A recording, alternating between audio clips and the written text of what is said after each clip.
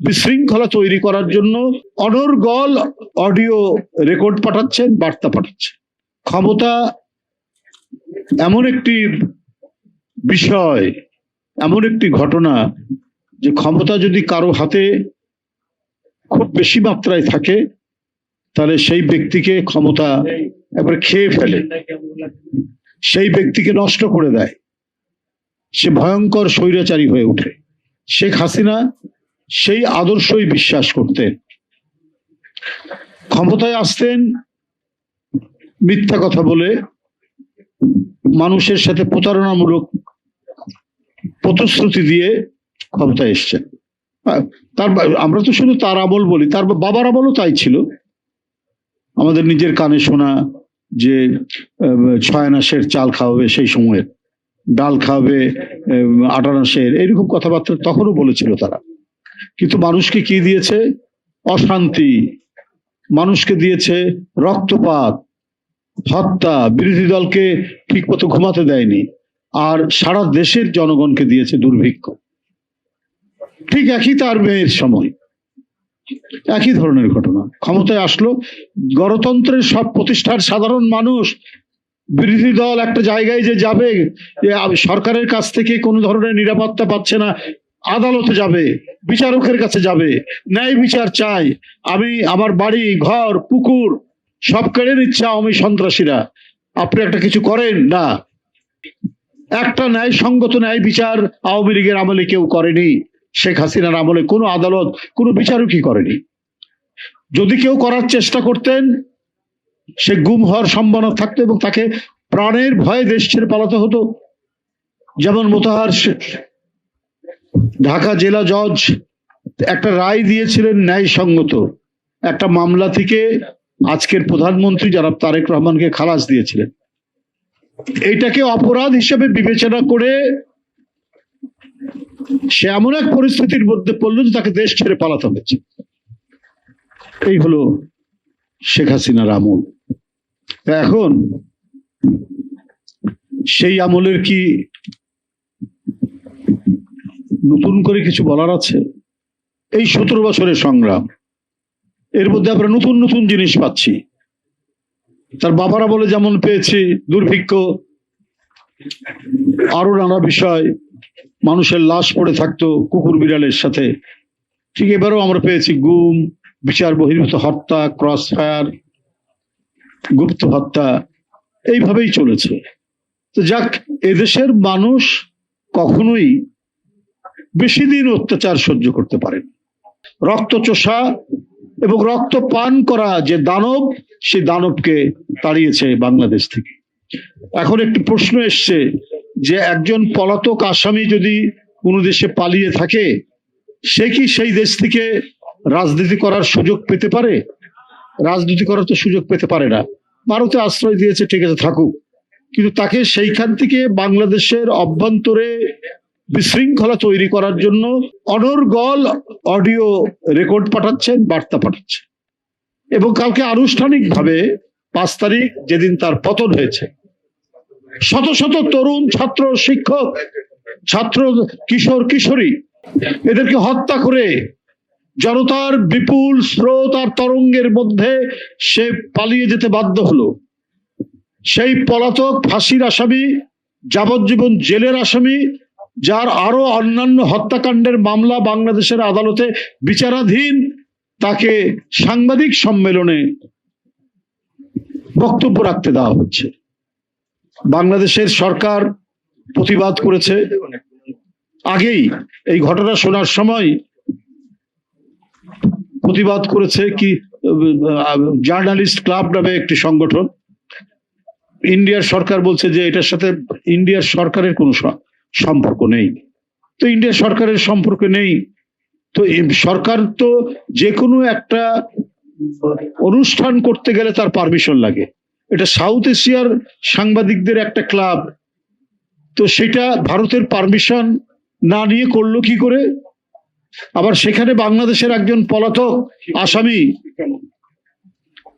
সে সেখানে অডিও কনফারেন্সে সেখানে যুক্ত থাকবেন কি করে তার ছেলে সহ, সজীব অজয় জয় সহ?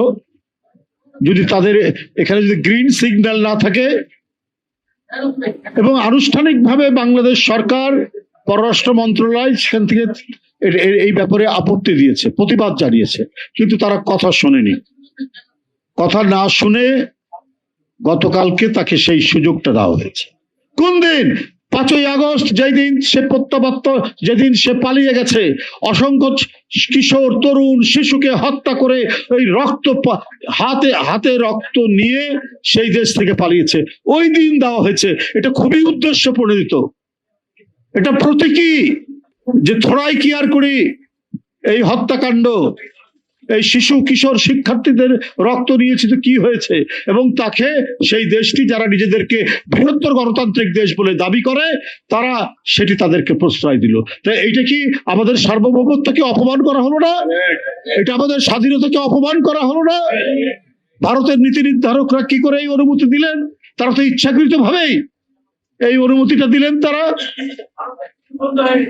দাঁড়ান, ইচ্ছাকৃত ভাবেই দিলেন যে অবজ্ঞা করার জন্য। বাংলাদেশের শিশু কিশোর সাধারণ জনগণ, রিক্সাওয়ালা, শ্রমিক কে মারা যায়নি? 20-25 জন রিক্সাওয়ালা মারা গেছে এই আন্দোলনে। এদের কোনো দাম নাই। তারা তাদের যে প্রতিভু, তাদের যে এজেন্ট তারা তৈরি করেছিল। শেখ হাসিনা যখন ক্ষমতা ছিল মনে নাই যে তিনি বলেছে আমি যা দিয়েছি ভারতকে তারা চিরদিন মনে রাখবে। তো তাহলে নিশ্চয়ই এমন কিছু দিয়ে রেখেছে যেটা তারা মনে রেখেছে এবং তাকে সেই শেল্টার দিচ্ছে। এবং এই ধরনের একজন মানে অত্যাচারী এবং রক্ত পিপাসু খুনি একজন স্বৈর শাসককে, ফ্যাসিস্টকে তারা আশ্রয় দিয়ে এবং তাকে সেখান থেকে রাজনীতি করার সুযোগ দিচ্ছে।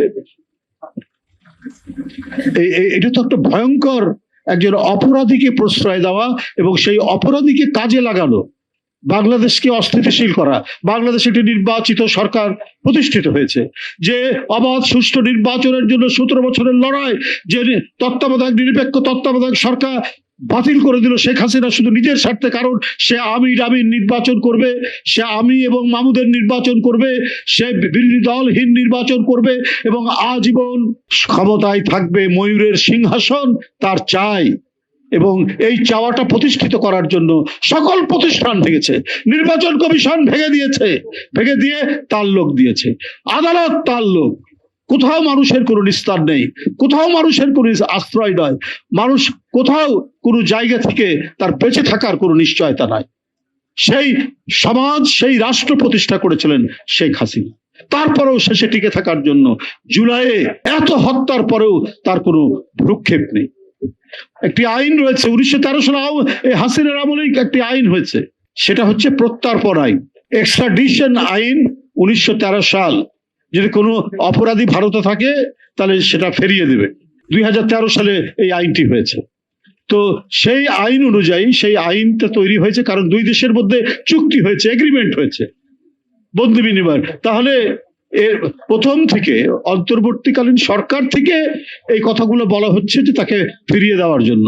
সে অপরাধী, সে এখানে আদালতের মুখোমুখি হবে, বিচারের মুখোমুখি হবে, কিন্তু তাকে সেখানে ফিরিয়ে দেয় না। এখন সেখান থেকে তার রাজনৈতিক কর্মকাণ্ড পরিচালনার সুযোগ দেওয়া হচ্ছে। বড় দুঃখজনক সেই ঘটনা। তাহলে আমাদের স্বাধীনতা, আমাদের সার্বভৌমত্বকে, সমমর্যাদার ভিত্তিতে আমাদের সার্বভৌমত্ব টিকে থাকবে, তো সেটা আপনারা পার্শ্ববর্তী দেশ, আপনারা সেই সম্মান করবেন না আমাদেরকে, আমাদের সার্বভৌমত্বকে সম্মান করবেন না, আমাদের স্বাধীনতাকে সম্মান করবেন না। আপনারা ইচ্ছা মতো, মানে শেখ হাসিনাকে দিয়ে ইচ্ছা মতো তারা দেশ তাদের মতো নিয়ন্ত্রণে রাখতে পেরেছিল, এখন তো নিয়ন্ত্রণে রাখতে পারবে না। এই কারণে তারা খুবই অসন্তুষ্ট। এই কারণে আবার হাসিনাকে টুলস হিসাবে, একটা যন্ত্র হিসাবে ব্যবহার করার চেষ্টা করছে বাংলাদেশে। জুলাই বিপ্লব আমাদের ইতিহাসের একটি যুগ সন্ধিক্ষণ, একটা যুগান্তকারী এই গণ অভ্যুত্থান তৈরি হয়েছে। এই গণ অভ্যুত্থান যে চেতনা, এই চেতনা লালন করতে হলে ছোট খাটো ঝগড়াঝাঁটি এইখান থেকে অতিক্রম করতে হয়ে আমাদের আসতে হবে। এটা যদি না আসতে পারেন তাহলে আবার কোনো চোরা গলি দিয়ে পতিত ফ্যাসিস্ট যদি উত্থান হয় তাহলে এই দেশে রক্ত গঙ্গা বয়ে যাবে। তিনি কাউকে বাঁচতে দেবেন না। যে বিপ্লবের চেহারা আমরা দেখেছি, এই চেহারায় একদিন কেউ ভাবতো না যে শেখ হাসিনার পতন হবে, কিন্তু শেখ হাসিনা মনে করেননি যে জনগণের যে একটা শক্তি আছে, প্রচন্ড শক্তি, বিশাল বোমের চাইতেও যে সে শক্তি, ওটা বিস্ফোরিত হলে শেখ হাসিনার মতো হাজার হাজার ফ্যাসিস্ট উড়ে যেতে পারে, পতন হয়ে যেতে পারে, সেটা শেখ হাসিনা বিশ্বাস করতেন না। তিনি মনে করেছেন পুলিশ তার, র্যাব তার, বিজেপি তার, সবই তার, সুতরাং তাকে সরাবে কে ক্ষমতা থেকে? কিন্তু কোনো লাভ হয়নি। যখন উত্তরা থেকে জনতার ঢল, যখন যাত্রাবাড়ি থেকে জনতার ঢল, ওই ছোড়া মানে বৃষ্টির মতো, শ্রাবণের বৃষ্টির মতো গুলি ছুটছে, ওটাকে প্রতিহত করে যখন এগিয়ে আসছে, তখন শেখ হাসিনা আপনি তো আর দেশে থাকার কথা বলতে পারেননি। আপনার পুলিশের গুলিও নিস্তব্ধ হয়ে গেছে। এই জাতি এমন এক সাহসী জাতি, অনেক দিন হয়তো নির্যাতন সহ্য করে, তারপরে যখন ঘুরে দাঁড়ায় তখন স্বেচ্ছাচারী আর স্বৈরাচারের কোনো ইয়ে থাকে না। তো সুতরাং আমাদের এই জুলাইয়ের চেতনা ধারণ করে কাজ করতে হবে। যদি রাজনীতির ক্ষুদ্র কোনো বিষয় নিয়ে মনোমালিন্য হয়ে ওটাকে বড় করে তোলার চেষ্টা করেন, তাতে কারো লাভ হবে না। আমি বলে দিচ্ছি যে আমারই ক্রেডিট বেশি, আমরা করেছি, আমরাই সব, এইটা ভাবলে ক্ষতি আপনারও হবে, সবারই হবে, দেশেরও হবে। দেশের সার্বভৌমত্ব, স্বাধীনতা, আপনি যে আজকে স্বাধীনভাবে কথা বলতে পারছেন, সেটা আর থাকবে না। যদি একবার পরাজিত শক্তির উত্থান ঘটে, এই দেশ চিরদিনের জন্য স্বাধীনতা হারাবে। আমি বলে দিলাম, এই দেশ চিরদিনের জন্য সার্বভৌমত্ব হারাবে। অতএব সবাই সতর্ক থেকে কাজ করুন, তাহলে আমরা আমাদের গণতন্ত্রকেও শক্তিশালী রাখতে পারবো। এটা আরো আমাদের রাষ্ট্রীয় বিকাশ হবে। গণতন্ত্র মানে শুধু নির্বাচন না, গণতন্ত্র মানে আমি সত্য কথা বলার যে আমার স্বাধীনতা, সেই স্বাধীনতা নিশ্চিত করা। আবার গণতন্ত্র মানে অপপ্রচার না, অসত্য কথা বলা না, চরিত্র ইয়ে করা না, কলঙ্ক লেপন করা না। যা ঘটছে, সরকারের বিরোধিতা করতে পারেন, সরকারের নানা নীতির সমালোচনা করতে পারেন, কিন্তু সেটা নিশ্চয়ই হতে হবে গঠনমূলক, সেটা নিশ্চয়ই হতে হবে আমাদেরকে অত্যন্ত মানে সুরুচি সম্পন্ন ভাবে। যে জুলাই মানে আমরা তো যে স্পিরিট, জুলাই সনদের যে স্পিরিট, সেই জুলাই সনদের স্পিরিট এবং এই জুলাইয়ের যে গণ অভ্যুত্থানের আকাঙ্ক্ষা, দুটাকে ধারণ করে আমাদের তো নিশ্চয়ই সেটা কাজ করতে হবে। কিন্তু আমরা বলে দিয়েছি, করে দিয়েছি, এটাই মানতে হবে, তাহলে এটা তো হয়ে যাবে আরেক ধরনের ফ্যাসিজম। আজকে বিরোধী দল যেভাবে কথা বলছে, না এটাই করতে হবে, তা আসেন, এখানে তো নোট অফ ডিসেন্ট আছে বিএনপির, তো নোট অফ ডিসেন্ট যেগুলো আছে সেগুলো নিয়ে কথা বলি, কথা বলে যেগুলো সংবিধানে সংশোধন করা যায় সেগুলো সংশোধিত হবে, সংশোধন করা যাবে। সেটা তো বিএনপি অস্বীকার করছে না। বিএনপি ইতিমধ্যে পার্লামেন্টে একটা কমিটিও করেছে, বিরোধী দলকে আমন্ত্রণ জানানো হচ্ছে, আসুন কথা বলুন, কোন কোন বিষয়ে আরো একমত হতে হবে, সবাইকে সে ডাকা হচ্ছে। কিন্তু আপনারা কথা বলবেন না, অভিমান করে থাকবেন, বা অথবা নিজের মতো করে গো ধরে থাকবেন, এইটা আপনার গণতন্ত্রের সুস্থ এবং স্বাভাবিক বিকাশের অন্তরায় হবে। এবং পরাজিত শক্তি তো ঘাপটি মেরে আছে, ওদের অনেক টাকা আছে, ওরা বহু ব্যাংক লুট করেছে, ওরা বহু মানে বড় বড় মেগা প্রজেক্ট থেকে তারা টাকা মেরেছে, ওই টাকাগুলোও তাদের আছে, ওগুলো খরচ করবে দেশের অভ্যন্তরে সন্ত্রাস তৈরি করা, দেশের অরাজকতা তৈরি করা, নৈরাজ্য তৈরি করে দেশকে অস্থিতিশীল করার একটা প্রচেষ্টা তারা নেবে। সুতরাং কোনো ধরনের নেতিবাচক কোনো প্রচেষ্টা পতিত স্বৈরাচারের দিক থেকে সফল না হতে পারে। এই কারণে যারা গণতন্ত্রে অংশগ্রহণ করেছিলেন, গণতান্ত্রিক আন্দোলনে, তারা সবকিছু বুঝে শুনে একটি জায়গায় মিনিমাম একটা আন্ডারস্ট্যান্ডিং এর মধ্যে থাকতে হবে, তা না হলে কারো জন্য সুখবর আসবে না। আপনাদের সকলকে ধন্যবাদ। খোদা হাফেজ।